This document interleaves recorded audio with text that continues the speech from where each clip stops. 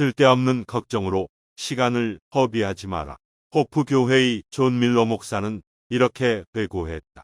몇 해 전 나는 마음 먹기에 따라 걱정과 근심을 얼마든지 없앨 수 있음을 발견했다. 걱정은 외부에 있는 것이 아니라 우리 내면에 있음을 깨달았기 때문이다.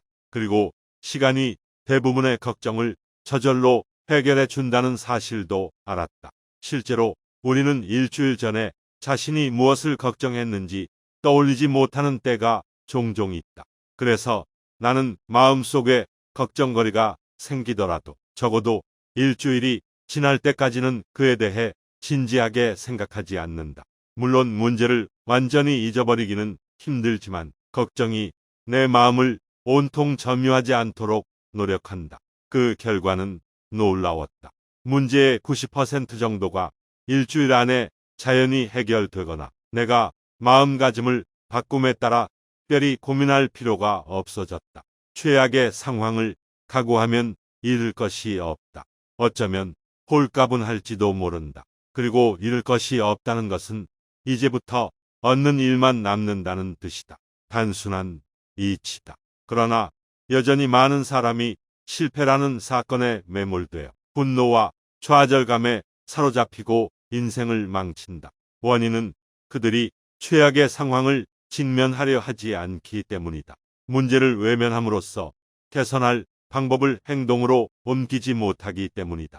그들은 삶을 다시 일으켜 세우기 위한 노력을 뒤로 한 채 자신의 고통스러운 경험에 점점 더 깊이 함몰된다. 사소한 일에 연연하기에 인생은 너무나 짧다. 우리가 사소한 문제로도 쉽게 짜증과 분노, 고민에 빠지는 까닭은 그 문제를 과대평가하기 때문이다. 작은 일에 연연하기에 인생은 너무나 짧다. 우리는 종종 잊어버려야 하는 하찮은 일에 정신을 빼앗기기 쉽다. 하지만 잘 생각해보자. 우리는 앞으로 고작 몇십 년밖에 살지 않는다. 그런데 나는 물론 누구라도 1년만 지나면 기억에서 지워버릴 일을 온종일 고민하고 절망하고 불평하느라 귀중한 시간을 낭비한다. 그것이 우리가 원하는 것인가? 숭고한 신념, 진실한 사랑, 가치 있는 일에 소중한 시간을 할애해야 하지 않겠는가?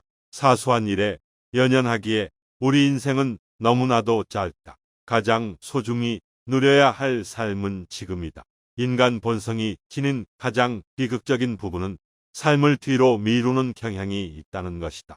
사람들은 창문 밖에 피어있는 빨간 장미를 보려 하지 않은 채 지평선 저 너머 어딘가에 있을 장미 화원을 꿈꾼다. 어째서 우리는 이토록 어리석을까? 어린아이는 언젠가 키가 크면이라고 말하고 좀 더 자란 아이는 언젠가 어른이 되면이라고 말한다. 어른은 언젠가 결혼한다면이라고 말하고 결혼한 사람은 언젠가 정년을 맞이한다면이라고 말한다. 그리고 마침내 은퇴 후 과거를 돌아볼 때야 비로소 깨닫는다. 삶의 대부분이 지나가 버렸음을, 모든 것을 놓쳐버렸음을, 인생이란 하루하루 매 순간에 존재한다. 지금이야말로 가장 소중히 누려야 할 삶의 순간이다. 그러나 불행히도 우리는 그것을 너무 늦게 배운다. 부족하다고 생각하는 한 마음은 채워지지 않는다. 원하는 것을 소유하지 못했다고 해서 자기 원망과 걱정으로 스스로를 괴롭히지 말라. 로마의 철학자 세네카는 말했다. 자신이 가진 것이 불충분하다고 생각하는 한 설령 세계를 손에 넣는다고 해도 마음은 채워지지 않는다. 성공적인 일에 의식을 향한다.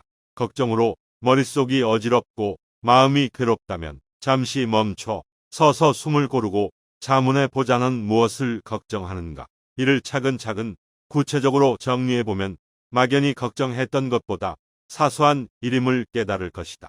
우리 인생 중 약 90%의 일은 별일 없이 순탄하게 흘러가며 약 10%의 일은 문제에 부딪힌다. 행복해지고 싶다면 성공적인 90%의 일에 의식을 향하고 제대로 되지 않는 10%의 일을 머릿속에서 몰아내라. 그리고 만약 끊임없는 걱정으로 위기의 양을 앓고 싶다면 제대로 되지 않는 10%의 일에 의식을 집중하고 성공적인 90%의 일을 무시하라. 인생에서 승리를 거둔다는 것. 노르웨이가 낳은 위대한 바이올리니스트 올레보이는 파리에서 콘서트를 열던 중 바이올린 현 하나가 끊어지는 돌발 상황이 발생했다. 그러나 그는 당황하지 않고 남은 연주를 훌륭하게 마쳤고 청중은 완전히 매료되었다. 현 하나가 끊어지면 나머지 세 현으로 연주를 마치는 것, 그것이 인생이다. 누구의 인생이든 반드시 결핍된 부분이 있다. 푸념하고 절망한다 해도 달라지는 것은 없다. 손에 주어진 자원을 최대한 활용해 나아갈 길을 개척하는 것만이 돌파구와 변화를 가져온다. 인생이란 그런 것이다. 인생에서 승리를 거둔다는 것은 그런 일이다. 좌절의 경험을 살려라. 시카고 대학교의 로버트 허친스 총장에게 걱정에 매몰되지 않는 비결에 관해 물었더니 이런 대답이 돌아왔다. 누군가 레몬을 던지거든 그것으로 레모네이드를 만들라. 나는 언제나 이 가르침을 따르기 위해 노력한다. 어떤 어려움이 닥쳐도 긍정적 변화의 방향을 모색하면 길이 열린다는 의미다. 이것이 위대한 교육자의 인생 철학이다. 그리고 어리석은 자는 그와 정반대로 행동한다. 조금의 시련이나 고민에 부닥치면 바로 포기하고는 난 끝났어라며 절망한다. 나는 왜 이렇게 운이 없을까라고 한숨 짓는다. 반면 지혜로운 자는 커다란 좌절 앞에서도 긍정의 자세로 일관한다. 이 부름으로부터 나는 무엇을 배울 것인가? 라고 자문하고 현재의 역경을 경험과 기회로 삼아 성공으로 연결할 방법을 고민한다. 결핍과 손실로부터 이 점을 발견해라. 중요한 것은 손에 쥐인 이익을 활용하는 일이 아니다. 그런 일은 누구나 할 수 있다. 인생에서 진정 중요한 것은 결핍과 손실로부터 이 점을 발견하는 일이다. 그를 위해서는 지혜가 필요하며 그것이 바로 현명한 자와 어리석은 자의 결정적인 차이가 된다. 유명 작가 윌리엄 볼리소의 말이다. 볼리소가 이 말을 한 것은 열차 사고로 한쪽 다리를 잃은 후였다. 할 수만 있다면 나는 이 명언을 액자에 넣어 전국의 모든 학교에 걸어두고 싶다. 과거와 미래를 차단하고 오늘에 집중하라. 옥스퍼드를 비롯한 4개 대학교 교수직을 역임한 의학자 윌리엄 모슬러는 예일대학교 학생들과 함께 한 강연에서 이렇게 밝혔다. 혹자는 나를 비범한 두뇌의 소유자라고 생각하겠지만 내 친구들은 나 역시 지극히 평범한 두뇌를 가졌음을 알고 있답니다. 그렇다면 그가 성공을 이룰 수 있었던 비결은 대체 무엇일까? 예일대에서 강연하기 몇 달 전 오슬러는 대형 여객선을 타고 대서양을 건넜다. 오슬러는 그때의 경험에 빗대어 학생들에게 매우 중요한 메시지를 전했다. 여러분은 거대하고 정교한 선박보다도 훨씬 경이로운 유기체이며 앞으로 더욱 길고 위대한 항해를 떠나려고 하고 있습니다. 어제의 일로 고민하지 말고 내일의 위험을 두려워하지 마십시오.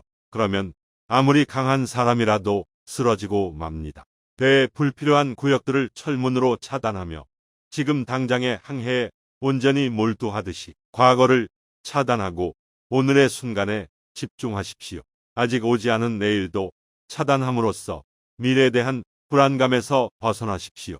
어제와 내일의 일에 귀중한 에너지를 낭비하지 말고 오늘 할 일에 충실하며 살아가길 바랍니다. 다만 이것은 내일을 준비하지 않아도 된다는 의미가 아닙니다.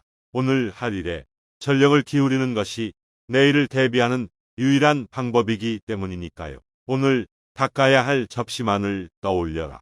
윌리엄 우드 목사는 몇 해 전 잠을 이룰 수 없을 만큼 심한 위통에 시달렸다. 통증이 극심한 데다 부친을 위암으로 잃은 가족력까지 있었던 터라 병원을 찾아 정밀 검사를 받았는데 결과는 의외였다. 스트레스성 통증이라는 진단이 내려진 것이다. 사실 우드 목사는 교회에 온갖 일들을 도맡고 있어 언제나 긴장과 중압감 속에 생활했으며 그만큼 걱정 또한 많았다. 우선 의사의 권유에 따라 일과 마음의 부담을 줄이고 긴장을 풀기 위해 노력했지만 완전히 편안해지기는 말처럼 쉽지 않았다. 불필요한 걱정들을 왜 머릿속에서 내보내지 못하는 것일까에 대한 답을 찾던 우두 목사는 어느 날 설거지를 하면서 즐겁게 노래를 흥얼거리는 아내의 모습을 보고 불현듯 깨달았다. 아내가 18년 전 결혼했을 때 앞으로 닦아야 할 모든 접시의 양을 떠올렸다면 완전히 질리고 신경쇠약에 걸렸을지 모른다. 그랬다면 저렇게 콧노래를 부르며 설거지하지도 않았겠지. 하지만 그녀는 오늘 닦을 접시에만 온전히 집중하기에 설거지도 즐기며 할 수 있는 거야. 그제야 우두 목사는 자신이 얼마나 어리석게 지내왔는지 실감할 수 있었다. 오늘 사용한 접시를 설거지할 때 어제의 접시와 내일 닦아야 할 접시까지 마음속에 쌓아두고 걱정과 긴장에 매몰되었던 것이다. 그 후로 우두 목사가 걱정과 긴장으로 위통에 시달리는 일은 없었다. 우리 삶은 우리의 생각이 만든다. 온종일 생각하는 것, 그것이 바로 그 사람이다. 시인이자 철학자 랄프 왈도 에머슨의 말이다. 인간이 그 외의 존재가 되는 것은 있을 수 없다. 내가 삶에서 배운 가장 큰 교훈 또한 우리의 생각과 마음가짐이 인생의 성패를 가른다는 것이다. 생각이 인생을 만들고 운명을 결정짓는다. 그렇기에 우리의 최대 과제는 건설적인 사고를 하는 것이라 확신한다. 만약 그럴 수 있다면 어떤 문제에 직면해도 해결의 실마리를 잡을 수 있다. 로마 제국을 통치한 위대한 철학자 마르쿠스 아우렐리우스도 우리 삶은 우리의 생각이 만드는 것이다 라고 말했다. 행복한 생각은 행복한 인생을 만든다. 불행한 생각은 불행한 인생을 만든다. 병든 생각은 병을 부를 것이며 실패를 생각하면 실패로 이어질 것이다. 자기 연민에 빠지면 모두가 자신을 싫어할 것이다. 마음의 평안을 가져올 수 있는 존재는 오직 자신뿐이다. 반세기 가까운 생을 살며 확신하는 것이 있다면 인간에게 평안을 가져다 줄 수 있는 것은 오직 그 자신뿐이라는 사실이다. 이는 철학자 에머슨의 말과 일맥상통한다. 정치적 승리, 소득 증가, 건강 회복 같은 외적인 사건들은 우리의 기분을 들뜨게 하고 앞으로 행복한 나날이 계속될 것이라는 기대감을 고양한다. 그러나 그것을 믿어서는 안 된다. 삶은 그런 식으로 이루어지지 않기 때문이다. 우리에게 평안을 가져올 수 있는 존재는 우리 자신뿐이다. 쾌활하게 행동하면 기분까지 밝아진다. 인간은 일어난 사건 자체보다 그에 대한 자신의 생각 때문에 더 큰 상처를 받는다. 프랑스의 위대한 철학자 몽테뉴가 인생 지침으로 여겨온 말이다. 무슨 일이든 그것을 어떻게 받아들이고 생각하느냐는 전적으로 자신에게 달려있다. 온갖 골치 아픈 문제로 신경이 곤두서 있는 사람에게 마음을 고쳐먹고 긍정적으로 생각하면 나아질 것이라는 팔자 좋은 주장을 하고 있는 건가? 이렇게 생각하는 사람도 있을 것이다. 그렇다. 바로 그 말이다. 커다란 시련이 닥칠지라도 의지를 다잡고 노력한다면 괴로운 마음을 떨치고 일어설 힘을 낼 수 있다. 하버드의 저명한 심리학자 윌리엄 제임스 교수는 이렇게 말했다. 행위는 감정을 따르는 듯이 보이지만 실제로 행위와 감정은 동시에 일어난다. 따라서 의지로 통제 가능한 행위를 조정하면 감정을 간접적으로 제어할 수 있다. 유쾌한 상태가 아닐지라도 마치 즐거운 듯이 말하고 웃으면 고지어 감정까지도 즐거운 상태로 전환된다. 직접 시도해보자. 얼굴 근육을 움직여 미소를 짓고 등을 펴고 심호흡하고 쾌활하게 노래를 불러보자. 행복과 기쁨을 연기하는 동안 암울한 기분이 옅어지는 것을 체감할 수 있을 것이다. 이것은 삶의 기적을 일으키는 진리 중 하나다.